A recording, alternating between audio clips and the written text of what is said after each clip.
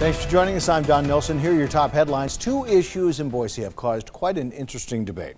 And now these two ballot issues have officially qualified for a vote and could be on the ballot as early as November of this year. Voters will be able to weigh in on whether the city should build a new library and whether a new stadium should be built in Boise. The library vote has caused a number of people asking whether the city really needs to spend that kind of money on a new library and what happens to the historic cabin on the library grounds. The other, should there be a new stadium in the downtown business core that would attract minor league baseball, soccer, and other outdoor events. Boise Mayor Dave Beater released a statement this afternoon saying that we are seeing the democratic process at work. Each measure needed just under 5,000 signatures to qualify.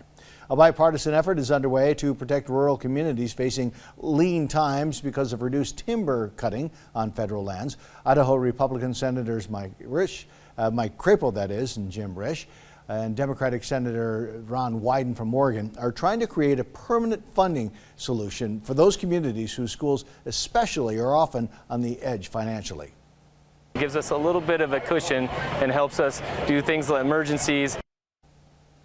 The senators say the legislation would create an endowment to give at least $300 million annually to rural counties in 40 states for roads, schools, law enforcement, and other essential services. Similar legislation introduced last year died in the Senate Judiciary Committee without a hearing.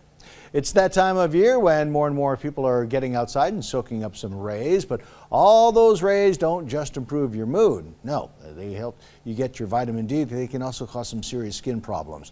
Dermatologists say one of the most common and potentially fatal forms of skin cancer is on the rise in our state. Melanoma rates have increased in Idaho significantly since the 70s. It's been over 3% per year increase. Doctors say if your skin is exposed, it's a good idea to use SPF 30 sunscreens labeled as broad spectrum. That's because they'll help you protect you from both kinds of rays. Melanoma recovery rates are good as long as the issue is caught early. Dermatologists advise you to keep an eye on changes to any new or existing moles and get a skin cancer check each year. Now, Chief Meteorologist Scott Dorval with the On Your Side forecast. All right, temperatures staying a little bit on the cool side today in Boise because of the rain, but near 80 for a high temperature in Ontario today, 67 in the McCall area. Still 60s in the mountains, numerous showers and storms in the Boise mountains especially.